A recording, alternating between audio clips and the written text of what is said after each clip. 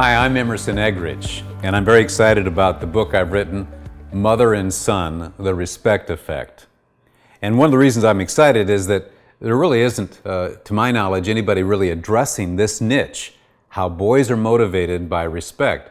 But you know, when you talk about respect to a mother, she filters it through a grid that, well, it results in, I think, some common misunderstandings that I want moms to understand about what we mean when we're referring to the fact that a boy needs his mother's respect.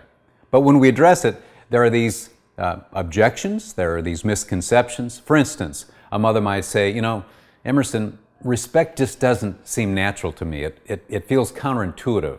You know, I don't even think about respect. Honestly, it's not who I am.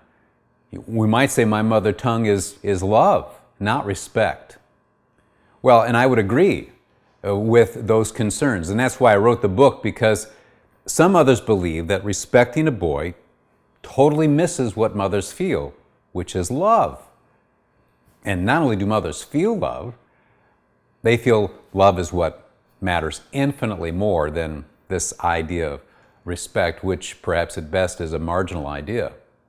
But what if the mother tongue of men is respect and honor?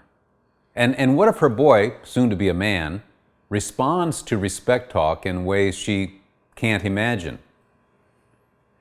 Would it be important that I seek to inform this mother of something that has been removed from the mothering radar screen? And should I stay engaged with a mom on the importance of understanding her son's need to feel respect for who he is, apart from his performance? I would hope that you would answer yes to those two questions. One of the most common pushbacks I hear, as I referenced, is respect's not natural, it's counterintuitive, it's not my mother tongue. Love is really what matters, Emerson. This respect thing is really marginal. And I agree that few mothers think about this respect stuff toward their boys, and fewer, find it natural. Resolving conflict through hugs seems more natural than resolving conflicts with this idea of respecting your boy. Love talk is the mother tongue of mothers, and that's the way God made you.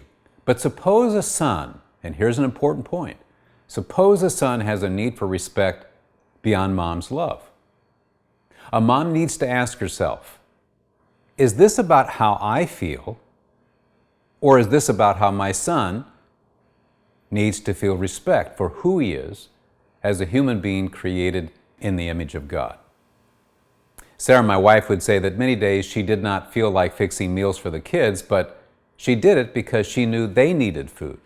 Because mothers love naturally, I implore them to let that love oblige them to do what feels unnatural. I mean, Philippians 4:8 says, whatever's honorable, dwell on these things. I mean, we would all agree there are things that we don't think about when it comes to issues of honor. And Paul is saying, hey, whatever's honorable, dwell on these things. The application here is a mother should think about what is honorable to her boy. It's a loving thing to think honorably. I'd like to extend a challenge to you, a thing for you to apply. My question is, what does respect talk sound like?